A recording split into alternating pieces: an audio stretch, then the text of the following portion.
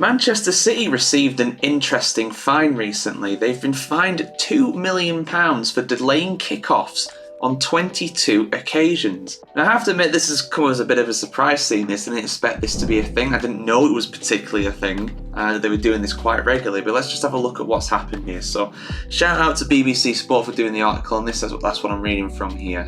So Manchester City have been fined £2.09 million for repeatedly coming out late for both the start of matches and after half-time. The club accepted they had breached Premier League rules 22 times without good reason. Well, I think they've breached some other rules 115 times with a very good reason, but that's another matter we'll talk about at the end. The Premier League said the club had apologised for accepted breaches and confirmed that it has reminded players and football management teams of their responsibilities. Rules relating to kickoffs and restarts help ensure the organisation of the competition is set to the highest possible standard and provides certainty to fans and participating clubs. But the real reason is because it also ensures the broadcast of all 380 Premier League matches around the world is kept to schedule.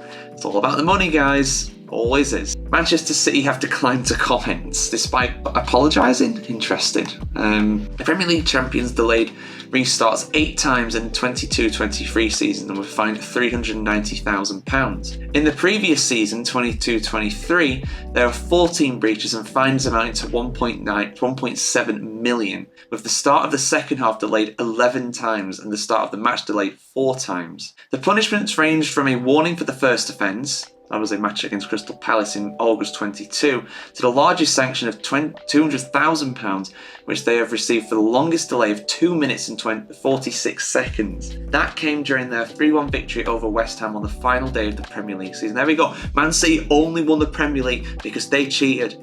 They cheated. They went out too late for the kickoff of the second half. Never mind, they were miles better than West Ham that day. That doesn't matter. That delayed kickoff made all the difference. And of course, I am being sarcastic, guys. Please don't at me in the comments. I'm just joking. Their 1-0 home victory against Newcastle on the 19th of August 23 featured a delayed kickoff and restart, and 12 of the breaches across the 2 seasons happened in home matches. So it seems like Pep is keeping them in there, just absolutely hammering home some points at half-time in particular. I mean, obviously you've got half-time, there's 15 minutes. You're allowed 15 minutes in the dressing room. And Man City just must be taking longer on a regular occurrence. But I don't think they'll really care about this, to be honest, because they've won the Premier League the last 4 seasons. So, yeah, this is a drop in the ocean. It's good they've been caught out for it, I guess, but come on. What we really want to see is the punishment for the 115 charges of PSR or FFP or whatever it is. That's the real thing they need to do in Man City.